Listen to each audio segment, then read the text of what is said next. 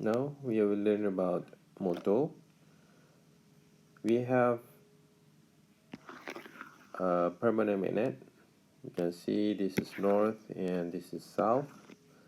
And then we have an external circuit over here. We have dry cell. And this is carbon brush. This is carbon brush.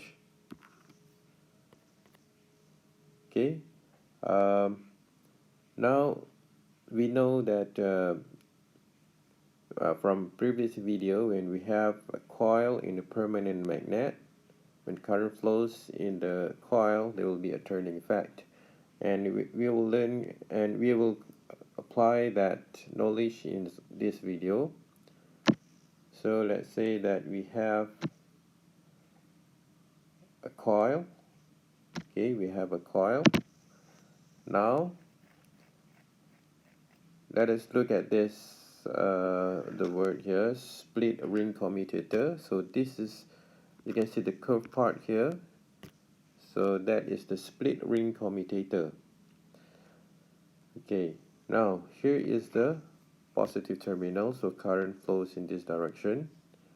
Okay, then it flows into the carbon brush, then it flows into the commutator, and it flows into the coil. Okay, from here you can see current flows from A to B.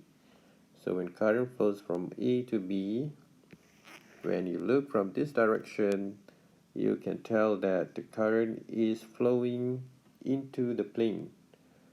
So look at the middle finger.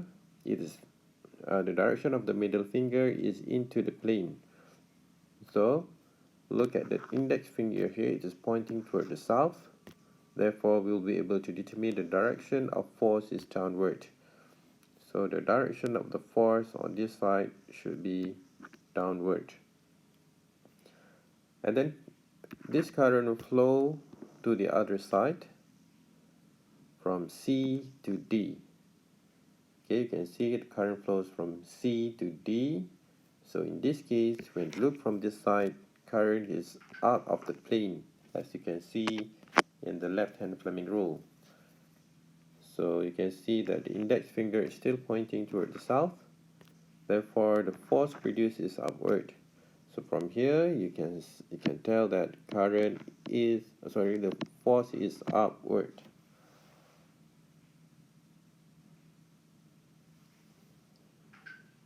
Okay.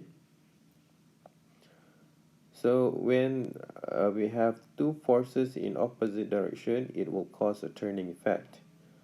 Now let us go on with the next situation.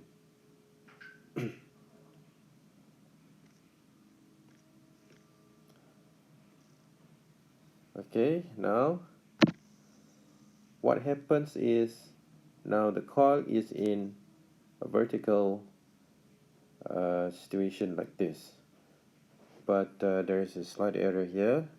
Now AB should be at the bottom. Let me correct it now. Now AB should be at the bottom due to the force that we have discussed before. So let me write it here. So AB, and this is CD. Okay, let's try to compare. Okay, you can see from here AB should go downward. Therefore, it should be at the bottom. And CD goes upward, so CD is at the top of the coil. Okay, now you can see that the carbon brush and the split ring is not in contact. So in this case, there is no current flow. There is no current flow. But why the coil is still moving? It is still moving because of inertia. Okay. So Now let's go on with the next situation. So what happens now is you can see that AB is already on the right hand side of the diagram. So what happens in this case is current flow into the carbon brush, into the commutator, and then it goes in this direction.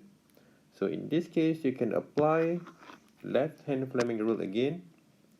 So from here, you will be able to tell that the force is downward on left hand side over here, and current keeps flowing from B to A towards the negative terminal. So from here, you can apply left hand Fleming rule again, then the force is upward. So it keeps rotating